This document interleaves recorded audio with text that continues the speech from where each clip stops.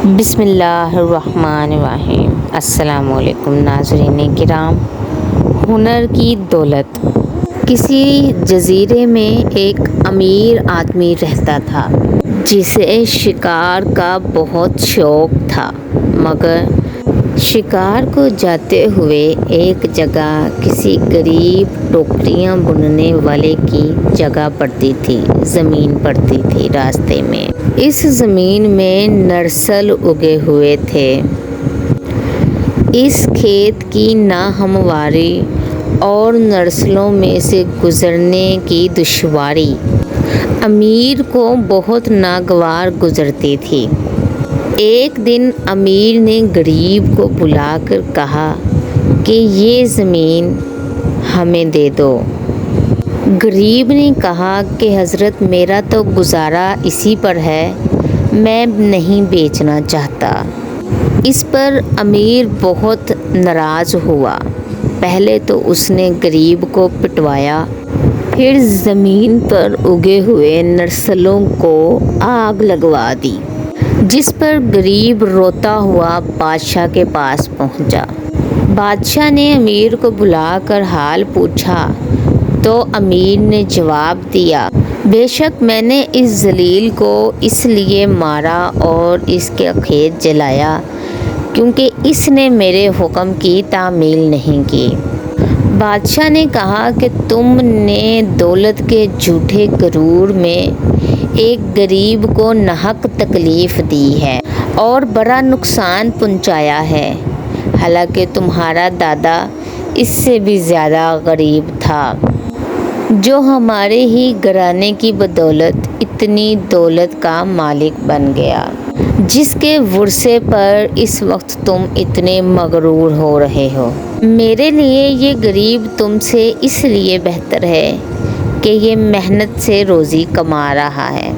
اب بادشاہ نے حکم دیا کہ امیر اور ٹوکریاں بننے والے دونوں کو بالکل ننگا کر کے ایک غیر آباد جزیرے پر چھوڑ دیا جائے، اور حکم کی تعمیل ہوئی۔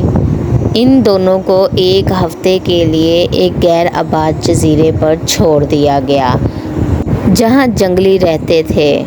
جنگلیوں نے ان کو دیکھ کر پہلے تو مارنا چاہا، پھر ٹوکریاں بننے والے نے ان کو اشارے سے منت سماجت کی کہ ہمیں کچھ نہ کہو، ہم تمہاری خدمت کریں گے۔ ساتھ ہی وہاں سے نرسل لے کے ایک ٹوپی بنی اور ایک جنگلی کے سر پر پہنا دی۔ جنگلی اس تاج سے اتنا خوش ہوئے کہ ہر وقت ٹوکریاں بننے والے کے پاس ٹوپیاں بنوانے کے لیے جنگلیوں کی بھیڑ لگی رہتی۔ مگر ننگے امیر کی خوب شامت آئی۔ ٹوپیاں نہ بننے کی وجہ سے اس کو مار مار کر بے ہوش کر دیا۔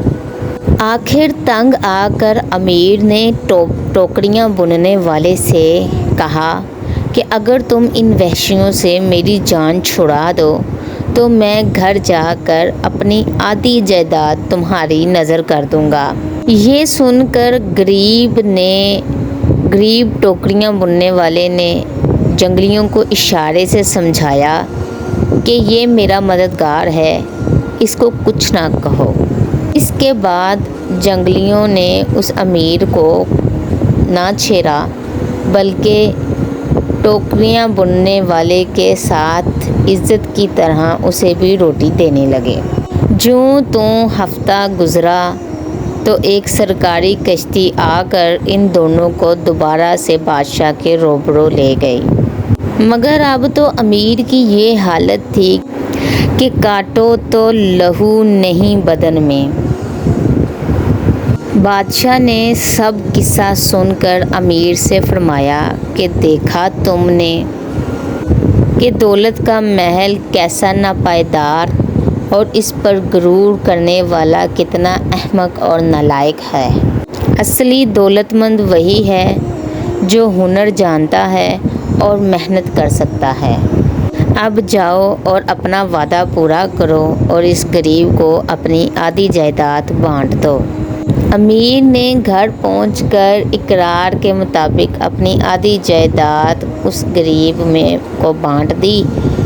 اس طرح اس غریب نے اپنے صبر کا پھل پا لیا۔ ناظرین کرام، یہ سٹوری آپ کو کیسی لگی اور اس سے آپ نے کیا سیکھا، کمنٹ باکس میں لازمی بتائیے گا۔ اگر یہ ویڈیو آپ ٹک ٹاک پر دیکھ رہے ہیں تو ٹک ٹاک کی ویڈیو کو لائک اور فالو کیجیے گا، اور اگر یوٹیوب پر دیکھ رہے ہیں تو چینل کو سبسکرائب کرنا نہ بھولیے گا۔ ویڈیو اچھی لگے تو لائک اور شیئر کرنا نہ بھولیے گا۔ ملتے ہیں اگلی ویڈیو میں، تب تک کے لیے اللہ حافظ۔